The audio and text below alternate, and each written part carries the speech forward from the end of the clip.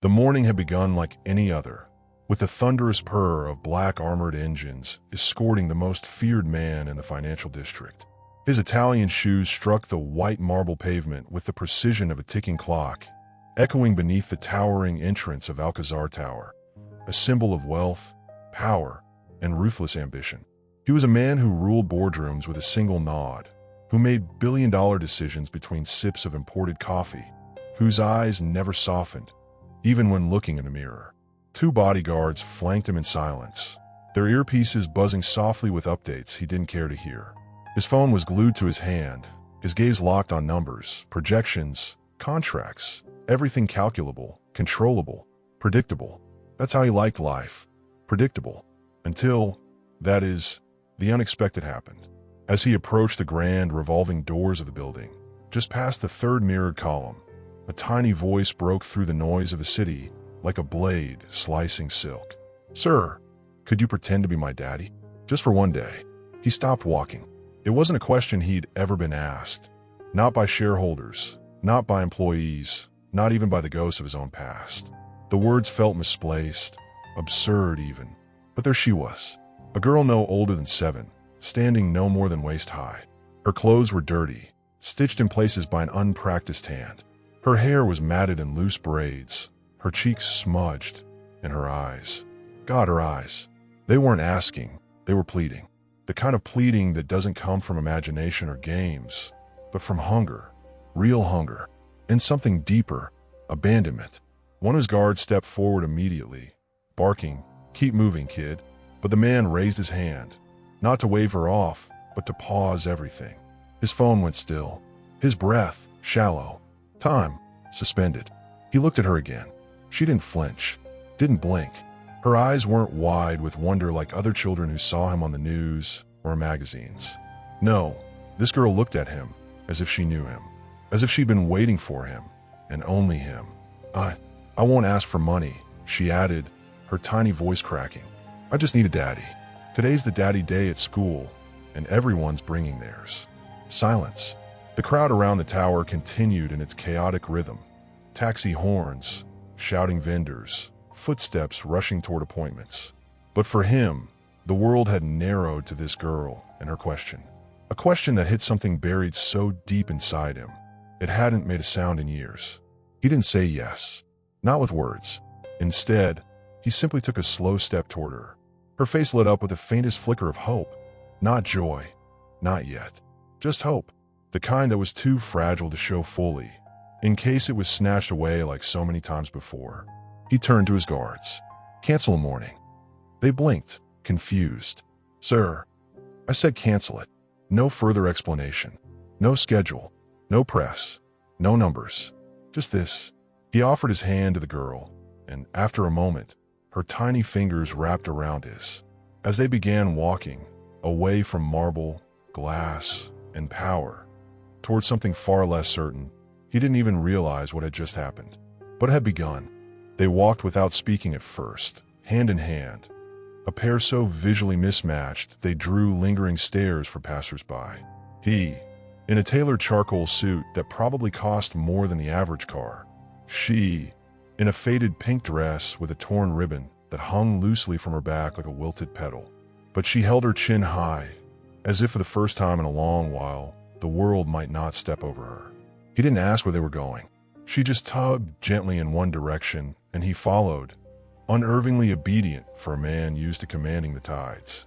Each step took him farther away from his usual terrain, from glass skyscrapers and imported espresso, and deeper into a world of cracked sidewalks, peeling paint, and street vendors yelling prices over static radios. It was the smell that hit him first.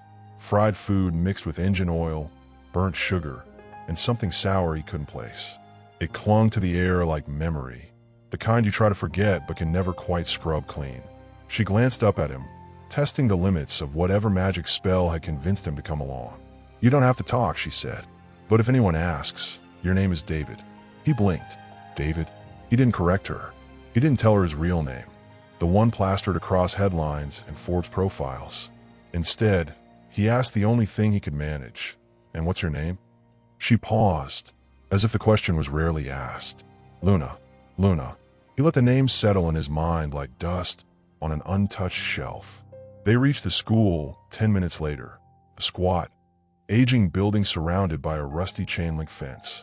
The playground was mostly concrete, dotted with a few patches of astroturf and a sun-bleached slide that looked ready to collapse. The sound of children laughing filtered through the windows, but there was something off. It wasn't the kind of laughter born from safety, but the kind that hides cruelty beneath its surface. She didn't flinch as they entered the building. Instead, her grip on his hand tightened, just for a second, and she led him down a hallway lined with drawings taped to the walls.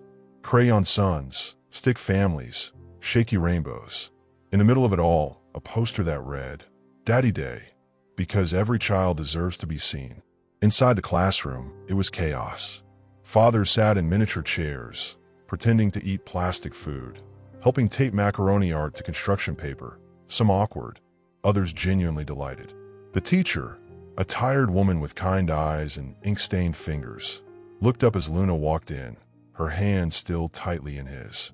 For a moment, the entire room fell quiet. Not for him, not directly, but for them. For her. The girl no one expected to show up with anyone at all. Whispers began to rise. A boy leaned toward another and muttered, "That's not her real dad." Another snickered, "She's just lying again." He saw Luna's shoulders tense, saw the way her mouth tried to form a smile, but trembled before finishing. Without thinking, he bent down her level, brushing a speck of dust from her sleeve. "I'm here," he whispered. "Let's do this." She nodded, barely, and pulled him toward a tiny table set with paper cups and a box of orange juice.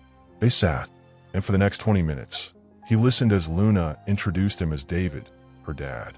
She told stories that clearly weren't true, about how he worked on rockets, about how he once saved a dolphin, about how he taught her to bake cookies. And with every lie, her eyes sparkled brighter. With every lie, he found himself wanting them to be true. It wasn't until one of the real fathers asked, "What do you do, David?" that the illusion cracked. He opened his mouth, paused. The truth sat on the tip of his tongue like a stone. But then Luna looked at him, really looked at him, and he saw it. That same desperate hope. So he smiled gently. "I build things," he said, and that was enough. For now. But outside the classroom, in the hallway where shadows stretched long beneath flickering lights, someone watched them. A janitor, older, with a crooked back and eyes that had seen too much. He stared at the man in the suit, squinted, then whispered to himself, barely audible, "Can't be. Not after all these years." The rest of the morning blurred into a series of surreal moments. Small chairs, tiny markers, coloring books, questions from curious children. He had never imagined himself in such a place, much less pretending to be someone's father. Yet, somehow, it felt natural. Or perhaps, not natural, but necessary. Luna clung to him like a lighthouse in a storm. Her laugh, when it came, was hesitant at first, like she didn't trust it. But as she showed him her drawings and pointed proudly to the crayon family portraits she had drawn, always with a tall man with square shoulders and a crooked smile, that laugh grew freer. It filled him in a way his luxury apartment never could. But there was something else. A weight, a tension beneath her joy. He noticed the sideways glances from the teacher, the quick murmur between staff members in the hallway, the way the principal, a thin man with sunken eyes, pulled the teacher aside and whispered something while motioning toward him. He caught it. "He's not listed as her guardian." A flash of concern, and then suspicion. He knew that look. It was the same look investors gave him before pulling out of a deal. By noon, the event ended. One by one, the fathers left, some rushing back to their phones, others awkwardly patting their kids on the head before disappearing. He stood, adjusting the sleeves of his suit jacket, unsure of what to do next. Luna tugged his hand again. "Come on, I want to show you something." He hesitated. He should have gone. He had calls, meetings, an entire empire waiting. But he didn't. Outside the school, she led him down 2 blocks and turned into an alley that smelled of rust and old newspapers. A battered cat scurried away as they passed. She pointed to a door covered in peeling green paint. "This is where I live," she said softly. He looked around. No buzzers, no security, just 4 mailboxes, all overflowing. She pulled a small key from a ribbon around her neck and opened the door. It creaked like something from a forgotten attic. Inside, a steep staircase led to a narrow corridor dimly lit by a single, flickering bulb. "Up here," she whispered. His shoes clicked against the warped wooden steps. Paint peeled from the walls like dried skin. Everything smelled of mold and old coffee. At the end of the hall, Luna pushed open a door. It wasn't much. One room, a cracked window, a mattress on the floor with no sheets, and a blanket that looked more like a towel. A few toys sat in a corner, broken, mismatched. A box of cereal without milk. A plastic cup with her name on it. And no one else. He turned. "Where's your mother?" She looked down at her feet. "She had to go." "How long ago?" Luna shrugged. His chest tightened. "You live here alone?" "I'm not supposed to," she whispered, almost as if saying it louder would break the illusion she'd built for herself. "But I don't want to go back to the place with bars. The one with the crying babies and the scary lady with the clipboard." He realized what she meant. The foster system. He walked slowly around the room, taking it in. On the wall above the mattress was a taped photograph, old and faded. A woman holding a baby. The woman's face was turned slightly, but even in the grainy blur, something in her posture felt familiar. He stepped closer. His breath caught. He knew that smile. No, he recognized it. A name formed in his memory, slow, like smoke curling upward from a long-dead fire. "Is that your mom?" he asked carefully. Luna nodded. He turned to her. "What's her name?" She said it, and the world tilted, because it wasn't just a name. It was the name, the one that had once meant everything, the one he had buried under years of silence, ambition, and regret, the one woman he had loved, truly loved, and left behind without a word. He didn't respond right away. He couldn't. Her name, that name, echoed inside his chest like a drumbeat from a war long lost. His hands, usually so steady when signing contracts worth millions, now trembled slightly as he reached for the edge of the faded photograph on the wall. "Where is she now?" he asked, his voice quieter than it had been all day. Luna looked at the floor again, drawing small, invisible circles with the toe of her shoe. "She got sick," she said. "Then she left one night and didn't come back." "Sick?" he asked. "Did she go to a hospital?" "I think so. I don't know. She didn't like doctors." He ran a hand over his face. That woman, her mother, had hated hospitals. She'd once joked she would rather give birth in a field than step into a sterile room under fluorescent lights. He remembered that laugh. It had been wild, free, the kind of laugh that made you feel like nothing in the world could ever cage her. And yet, something had. Luna wandered to the corner of the room and knelt beside an old, dented suitcase. She pulled out a handful of folded papers and a cracked cassette tape. "She used to tell me that when I missed her, I could play this," she said, holding out the tape with both hands. He took it carefully, his fingers brushing hers. The label was faded but legible. "For Luna, when you need me most." There was a tape player on the shelf, barely holding together with duct tape. He placed the cassette inside, and after a few seconds of static, a voice emerged. Her voice. "Me, Luna. If you're hearing this, it means I'm not there anymore. I'm sorry. I wanted to stay. I wanted more than anything to stay with you. But life has its ways, doesn't it? If you're alone, don't be afraid. You're braver than you know. And if, somehow, you've met someone kind, trust your heart." He stopped the tape. It was too much. Her voice hadn't changed. It still danced between warmth and fire, still wrapped around him like a memory that refused to let go. She had recorded this for her daughter. For their daughter. He sat down slowly on the mattress, the realization crawling over him like a storm. Was she? No, it wasn't possible. Was it? He looked at Luna again. Her cheeks, her chin, her eyes. How had he not seen it sooner? He stood abruptly and walked to the cracked window, breathing heavily.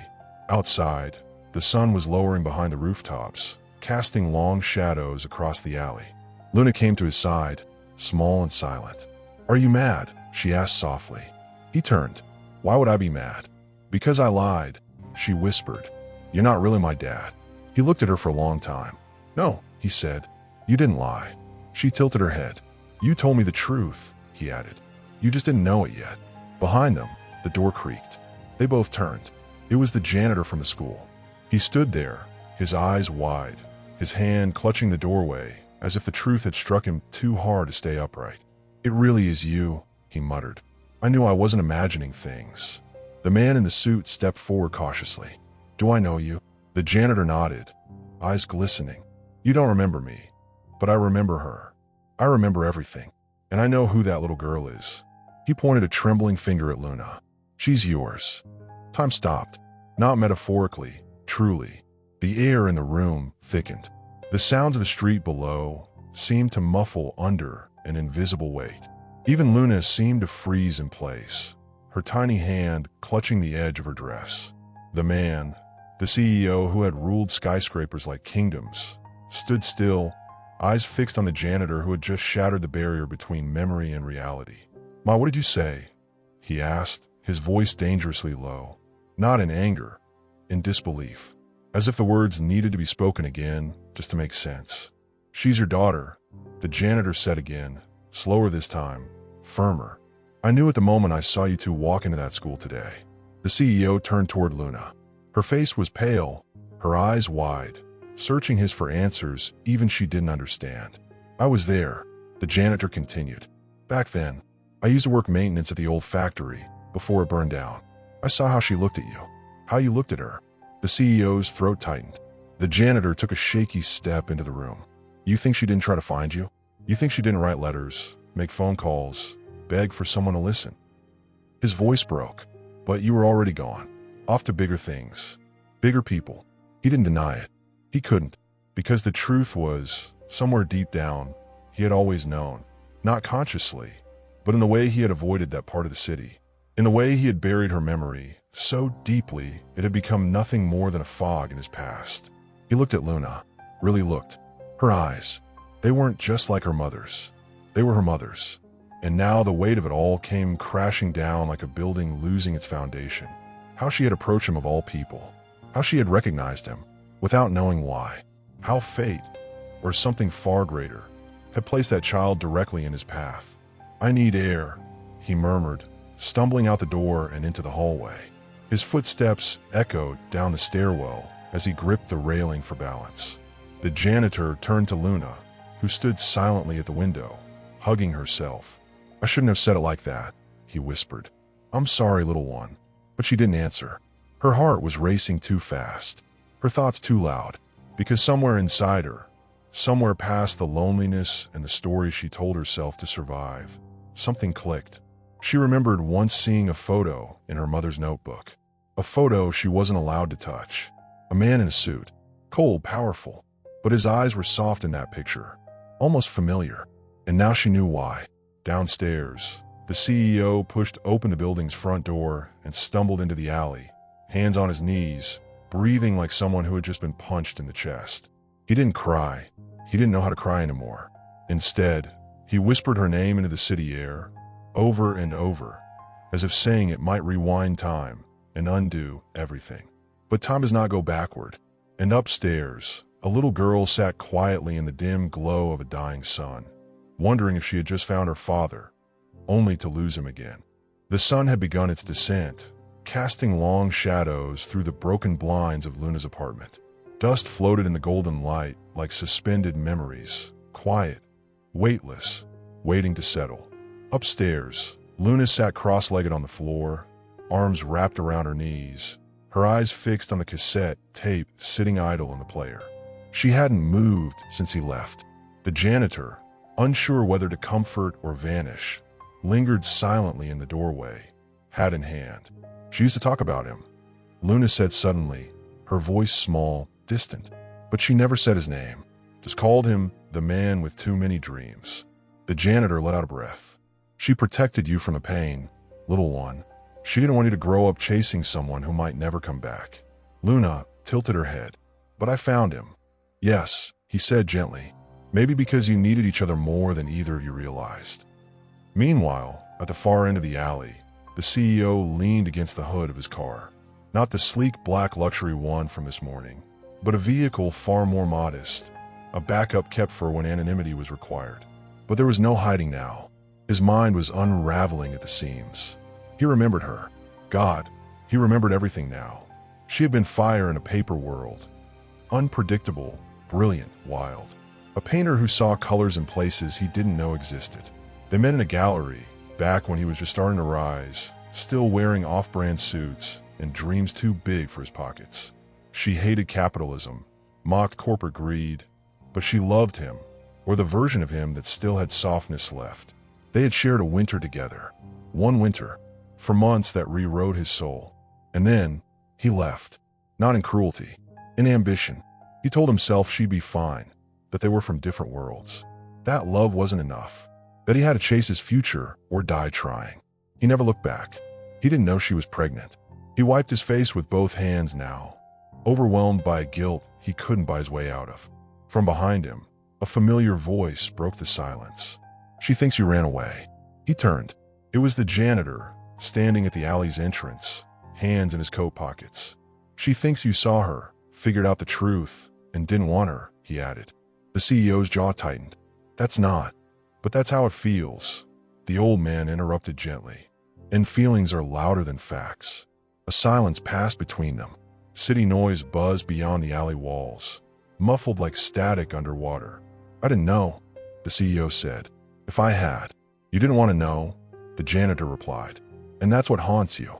The words hit hard. Too hard. He stepped forward. "Where is she now?" "Her mother." "Is she?" The janitor looked down. "Gone. It was cancer. She fought, but she didn't have the money. And she didn't tell anyone until it was too late. She was too proud." The CEO staggered slightly, like the ground had shifted. "She left Luna with me when the hospital took her in," the janitor continued. "I try to keep her, but I'm just a janitor with a broken back. The system found out, and they sent her to foster care. She ran away 2 months ago." The CEO's voice cracked. "She's been alone this whole time." The janitor nodded. "But she never stopped believing someone would come for her." The silence after that was unbearable. And then, from the top window of the apartment, a small figure appeared. Luna, watching, waiting. Their eyes met. The man below and the girl above. Across cracked brick and a gulf of years, choices, regrets. Luna stood at the small window, face half-shadowed by the setting sun, hair catching the light like threads of gold. She didn't smile, didn't wave.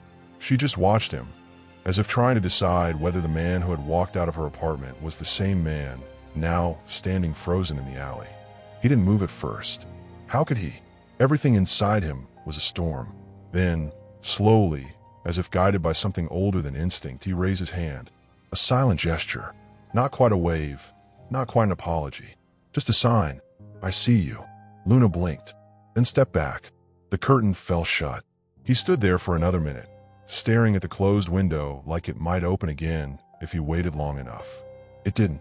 "Go to her," the janitor said softly behind him. "I don't know how," the CEO replied, his voice raw. "You just start," the old man said. "Not as a CEO, not as a man trying to fix the past, just as a father, one moment at a time." And then he left, the janitor fading into the dusk like an old ghost who had delivered his final truth. The CEO looked up again. Nothing. The window remained shut, the light behind it dimming. So he turned around, walked slowly back into the building, climbed the crooked stairs one heavy step at a time. His chest ached, but not from exhaustion, from awakening. At the top, he hesitated, then knocked. 3 soft taps. No answer. He waited. Then the door creaked open, just an inch, enough for one eye, her eye, to peek through. "I'm sorry," he said, not expecting it to be enough. "I didn't mean to run. I just didn't know how to stay." The door stayed still. "I should have," he added. "Years ago. With your mother. With you." A pause. Then, quietly, "You didn't want me." His heart shattered into pieces so sharp he could feel them in his throat. "I didn't know about you," he said, kneeling to meet her gaze. "If I had, I would have never left." She opened the door a little more, revealing her small frame, still wrapped in that too big sweater. Her lip quivered. "But you're rich and powerful, and I'm not." He reached out, palm up. "You're mine, and that's all that matters." She hesitated, then placed her tiny hand in his. In that moment, something shifted. Not in the world. It kept rushing by with its cars and sirens and indifference. But within them, a new thread had begun to weave itself through their lives. Delicate, fragile, but real. Inside, the apartment was dark now, lit only by the dying glow of the sky and the soft flicker of the cassette player's power light. They sat side by side on the mattress. No words, just silence, until Luna spoke. "Do you want to hear her voice again?" He nodded. She pressed play. Her mother's voice returned. This time, stronger. "My little moon, if this world ever gets too heavy, remember this.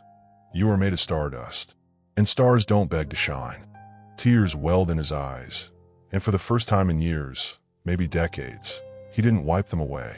Luna looked at him and smiled, just a little, but enough. The following days unfolded like pages of a fragile book, one that had been closed too long and now cracked at the seams with every attempt to turn it. He didn't leave Luna's side, not once. He cleared his schedule without hesitation, disconnected from the world he once ruled so fiercely, and immersed himself in the quiet chaos of a life he had never imagined. Mismatched socks on the floor, instant noodles for dinner, bedtime stories read under flickering bulbs. He bought her new clothes, simple, soft things in pastel colors, but she refused most of them. She liked the old ones, she said. They had her mother's smell. So he stopped trying to change the outside and began listening more carefully to the inside. She told him stories, not the kind made of fairy tales, but real ones. About the foster homes that smelled like bleach and fear. About the boy who stole her shoes once. About the social worker who never looked her in the eyes. About the dream she'd had a man with her eyes who would one day knock on her door and say, "I found you." She said she had almost given up hope. He said he had, too. In one quiet moment, over a bowl of cereal and dry toast, she asked, "Do you know how to braid?" He didn't, but he learned.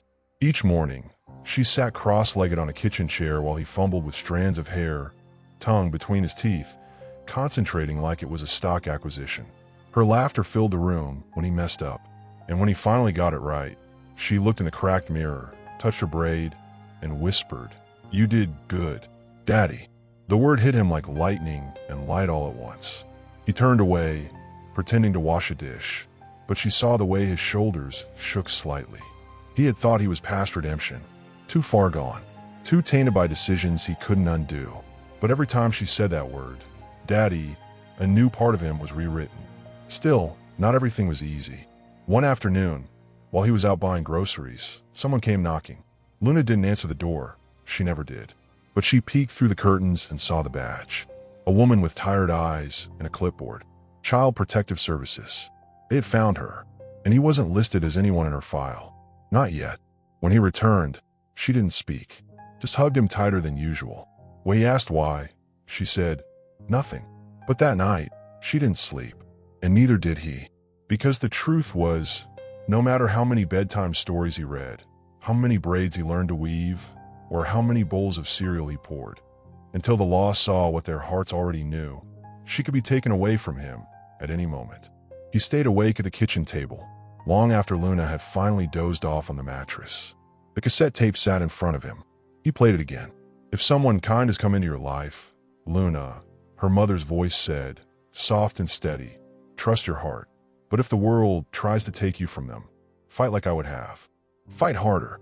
And for the first time since he'd become the man the world feared, he felt fear, not of losing money, not of losing power, but of losing her. Morning came without mercy. The light pierced through the dirty window like an unwanted truth, and he sat there still, in the same chair, same clothes, eyes bloodshot from a night without sleep. His fingers tapped against the cassette player, not in rhythm, but with the tension of a man cornered for the first time in his life. Luna stirred quietly on the mattress behind him, curling into the thin blanket, as if trying to disappear into a dream where none of this was real. But reality was already knocking, literally. A loud bang at the door. 3 sharp knocks. Then a pause. Then 3 more. He stood, his chest tightening. Luna bolted upright, heart in her throat. "Don't answer it," she whispered. "Please." But he already knew who it was. He opened the door slowly. A woman stood there, early 50s, face lined with fatigue and bureaucracy. Her clipboard was hugged to her chest like a shield. Behind her, a young man in uniform waited silently. Not a police officer, but close enough to send a message. "Mr. She hesitated. He answered with the truth, for the first time in a long time. My name is Ethan Reyes. Her eyes flicked toward Luna behind him. You are not listed as her guardian. I'm her father, he said firmly. There was a silence. She blinked, clearly trained to remain neutral in the face of emotion. But there was doubt in her voice. Biologically, he hesitated. Yes, though I only recently. We'll need proof of that. She interrupted quickly, eyes narrowing. Until then, I'm afraid she has to come with us. No, Luna said from behind him, her voice trembling but loud. No, he's my dad. I know it. I feel it. The woman looked down at her clipboard. You've run from 2 placements, Luna. That's serious. She ran toward me. Ethan said, stepping forward. Isn't that worth something? The silence in that narrow hallway was thick. Then the woman sighed. You have 72 hours. DNA test. Legal process. Or she comes into protective custody. And just like that, she turned and walked away, leaving behind only dread and a business card. The door closed. The room felt colder. Luna stared at the floor, small fists clenched at her sides. I don't want to leave again. You won't, Ethan said. I promise. But she didn't answer, because promises have been made before, and broken, by adults with soft voices and sad eyes. Ethan dropped to his knees in front of her, his suit wrinkled, tie loose, vulnerability painted across every inch of his face. I won't let them take you, he said again. Her lip quivered. She nodded, but her eyes had already started to fill with fear. That night, he called his lawyer, the kind of man who could make problems disappear, usually. But this was different. This wasn't about stocks or scandal. This was about blood, and blood needed proof. The next morning, they stood outside a sterile building. White walls, fluorescent lights, a woman in scrubs with a cotton swab. Luna looked terrified. Ethan held her hand the whole time. The test took less than 2 minutes, but the waiting would take days. As they stepped outside into the sunlight again, Luna looked up at him and asked, What if it says you're not my dad? He stopped, turned toward her, kneeling again so she could see the truth written in every line of his face. It won't, he said, because I am. Even if it's not in paper yet, it's here. He placed his hand gently on her chest, then his own, right here, and in that moment, neither of them noticed the car parked across the street. Inside, a man sat in the driver's seat, sunglasses on, phone pressed to his ear. She's still with him, he said into the receiver. A voice replied on the other end. Low, cold, good, keep watching. We're not done yet. The car pulled away as silently as it had arrived, melting into traffic like a shadow into darkness. Ethan and Luna, unaware of the eyes that tracked them, made their way back to the apartment, their temporary sanctuary, now tainted with a ticking clock and a looming threat. Inside, Luna returned to her drawings.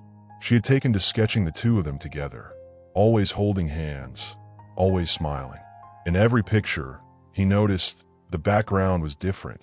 A park, a beach, a warm kitchen with cupcakes in the oven. Places she had never been, but longed to. Ethan watched her from the doorway. There was a softness in her now, a tentative hope trying to grow roots. But it was fragile, and he could feel it. Every time a car passed outside or footsteps echoed in the hall, she'd flinch just slightly. She had learned to expect things to be taken away. His phone buzzed. A message from his lawyer. Still waiting on the expedited results. Could take another 48 hours. Stay low. And be careful. Stay low. The words fell ironic. He was a man used to towering above the world. Now he was crouching in a crumbling apartment, hiding from a system he couldn't bribe. He stepped into the room. Hey, he said, kneeling beside her. Want to go somewhere? She looked up, eyes wide. Where? Somewhere new. She didn't ask questions. She just nodded. They packed a bag, just a few clothes, the cassette player, and a sketchbook. He left a note taped to the door for the janitor. Gone for a few days. Thank you. They took the back stairs.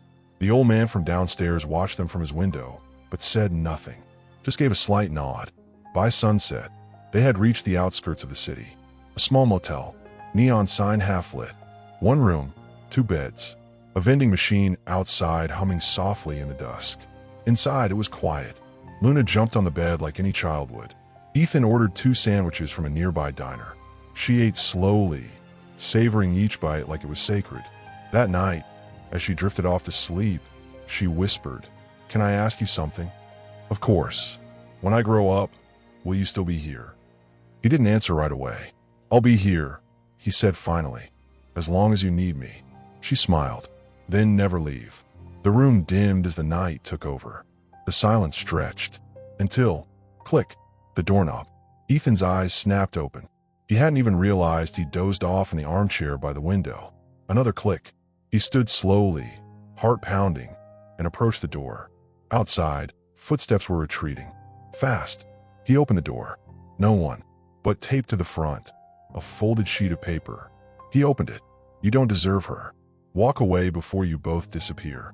No signature, no logo, just words scrawled in ink like venom. He looked down the dark parking lot, scanning shadows. Nothing. Back inside, Luna still slept, one hand curled under her cheek, the other resting on her sketchbook. Ethan folded the note and tucked it into his pocket. Whoever was watching them wasn't done, and he had just realized this fight wasn't just against time or paperwork anymore. It was against someone from the past, someone who didn't want the truth to come out, and he was going to find out who. The morning came with a quiet unease. Birdsong filtered through the motel curtains, but it sounded too distant, too artificial, like a memory forced to replay itself. Ethan hadn't slept. He sat in the same armchair all night, eyes fixed on the door, the threat from the note replaying in his mind like a broken record. "You don't deserve her. Walk away before you both disappear." The handwriting had struck him, not just in tone, but in form. It was familiar, too familiar, slanted, sharp, slightly rushed, as if the writer couldn't decide between hatred and urgency. He turned toward Luna. She was still asleep, tangled in the sheets, face relaxed in a way that only came when she believed, for a few brief hours, that the world couldn't reach her. He had to protect that. He reached for his phone, heart pounding, and dialed a number he hadn't used in over a decade. It rang 4 times before someone answered. "Hello." "Richard," Ethan said. A pause. "Ethan, is this a joke? I need to meet. Now. After 10 years, you just call and... I think someone's threatening my daughter." Silence. "You don't have a daughter." "I do now." Another silence. Then, where? They met in a forgotten cafe on the edge of downtown, one that used to be their favorite spot back in the days when dreams were shared over cheap coffee and borrowed time. Richard had been his closest friend, his college roommate, his business partner in the early days, before things went sour. Richard walked in, same leather jacket, same accusatory eyes. Time hadn't changed his resentment. "Is this about her?" he asked without sitting down. Ethan nodded. "You know something." Richard chuckled bitterly. "You disappear, build your empire, leave everything behind, and now you come crawling back for answers." "I'm not crawling," Ethan said calmly. "I'm protecting. You didn't protect her back then." Richard snapped. Ethan flinched. "I love her too, you know," Richard added, voice cracking for the first time. "But you were the one she chose." A long pause. "I didn't know she was pregnant," Ethan said. "I did," Richard replied. "She told me, swore me to silence, said if you really cared, you'd come back on your own." Ethan's throat dried. "Why didn't you tell me?" "Because I hated you." That hit harder than expected. Richard leaned forward. "But now someone else wants her gone. And it's not me. I swear it. I wouldn't hurt her. Or the girl." Ethan narrowed his eyes. "Then who?" Richard looked around, lowered his voice. "You remember Carmen?" Ethan did. An old investor. Cold, calculating, and once dangerously obsessed with Ethan's rise and fall. "She's still around?" he asked. "She's more than around. She's watching. She knows everything. And she always wanted you broken. Completely." Ethan's jaw tightened. "Why would she care about Luna?" "Because now you care," Richard said. "And that's your weakness." Back at the motel, Luna sat at the tiny table drawing again. A picture of her and Ethan, standing in front of a big house with a garden and a dog. She paused, looked out the window. Across the street, under the awning of a convenience store, was a woman, watching her, not blinking, just standing still, wearing dark sunglasses, and smiling. Luna froze. The crayon slipped from her fingers and rolled off the table, unnoticed. Her breath caught in her chest as she stared through the glass.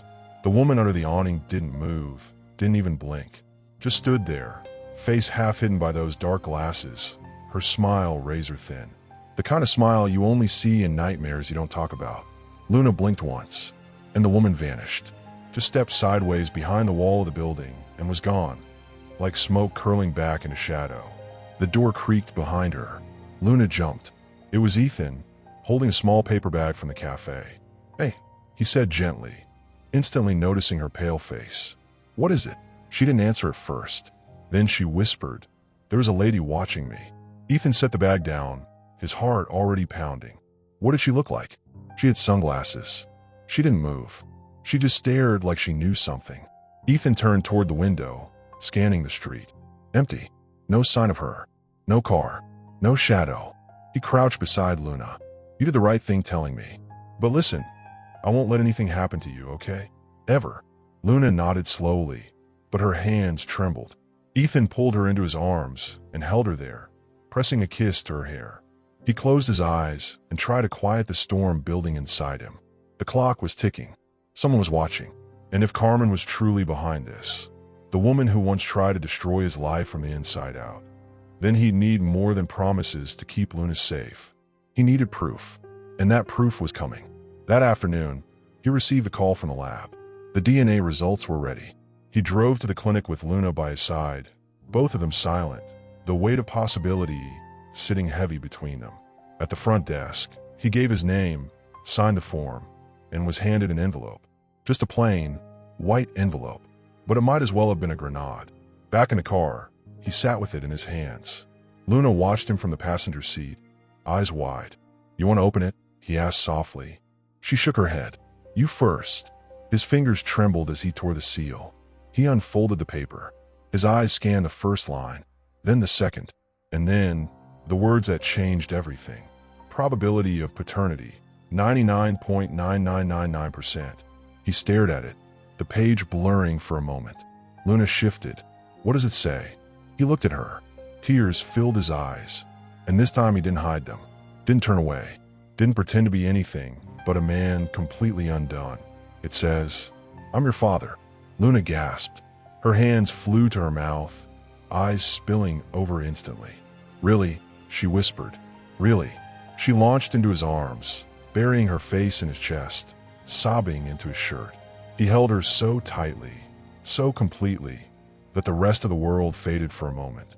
But only for a moment, because when they returned to the motel, the door had been forced open. The lock shattered.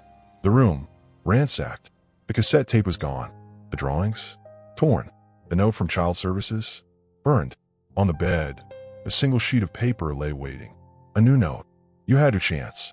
Now she belongs to us." The note slipped from Ethan's fingers and fluttered to the floor like a dead leaf. For a moment, he couldn't move, couldn't breathe. The silence in the room was deafening, a void left behind by the chaos someone had deliberately created. Luna stood in the doorway, eyes wide, lips parted. She stepped forward slowly, scanning the damage. Her drawings, ripped. Her clothes, scattered. Her mother's cassette tape, gone. "No," she whispered. "No, no, no." Ethan rushed to her side and pulled her close, but she was shaking violently now. "They took her voice," she sobbed. "They took the only thing I had left of her." Ethan's mind was racing. This wasn't just about him anymore. This wasn't about pride or money or mistakes. This was war. He pulled out his phone, called Richard. She took the tape, Ethan said before the man could speak. A pause. Then Richard's voice came through grim. "Carmen." "What?" "Because she knows. That tape has her voice. Her story. Probably even your name in it. If she has it, she can twist it, erase it, destroy it before anyone ever hears it." Ethan clenched his jaw. "I need to find her. I think I know where she is," Richard said. "She still owns that estate on the hill. She used to keep everything important there, locked away. I'm going. I'll meet you there." He hung up and turned to Luna. "We're going to get it back." She looked up at him, tears still streaking her cheeks. What if she doesn't give it back? Then she'll see what it means to try and take something from a father. The drive to the estate was long and winding, the road snaking through dense woods until the trees gave way to a massive iron gate, half covered in ivy. Richard was already waiting, parked outside in a battered pickup, tension carved into every line of his face. "This is crazy," he said as Ethan approached. "I don't care," Ethan replied. They climbed the stone steps together, Ethan holding Luna's hand tightly. The front door opened before they could knock. Carmen stood there, elegant, ageless, dangerous. "Well," she said coolly, "I was wondering when the hero would arrive." Ethan stepped forward. "Give me the tape." She raised an eyebrow. "No hello. No apology for years of silence." "You broke into our room. I cleaned up a mess you should have never created," she snapped. "This little game of pretend, you playing father, it's cute, but it's over." "I'm not pretending," Ethan said. "I have proof. DNA. Legal documents on the way. She's my daughter." Carmen's smile faltered. "I'll take you to court if I have to," he continued. "And I'll win." She tilted her head. "You think the world cares about blood? It cares about power. And I still have more of it than you. Not anymore." His voice was calm, cold, certain. He stepped closer. "You don't win this by stealing tapes. You don't win this by scaring little girls. You win by standing in truth, something I should have done years ago. And I'm doing it now." Carmen's expression shifted, just slightly. A crack in the porcelain. "Give me the tape, Carmen, or I will burn this whole empire down around you." A long silence. Then, slowly, she turned and walked to a drawer, pulled out a small, black cassette, handed it to him. Ethan took it with a trembling hand. "She left her voice in here," he said, "so her daughter could hear her when the world got too loud." He turned, took Luna's hand. They left without another word.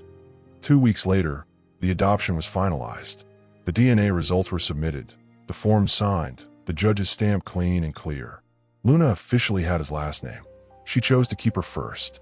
At night, in their new home, a modest place with a garden and a big window where the sun poured in, Luna sat with the tape player on her lap, Ethan beside her. They pressed play, and once again, her mother's voice filled the room. "And if someone kind has found you, Luna, someone who sees you, hold on to them. Because love doesn't always come easy, but when it does, it changes everything." Luna leaned her head on Ethan's shoulder, and for the first time in her life, she whispered, "I'm home." Sometimes, when we think we've lost everything, God sends us exactly what we need. Not when we expect it, but when our hearts are finally ready to receive it. May this story remind you that even in the darkest alleys of life, He never forgets us. Tell us in the comments, from where in the world are you watching this story? And don't forget to subscribe, because here, every story is a miracle waiting to be told.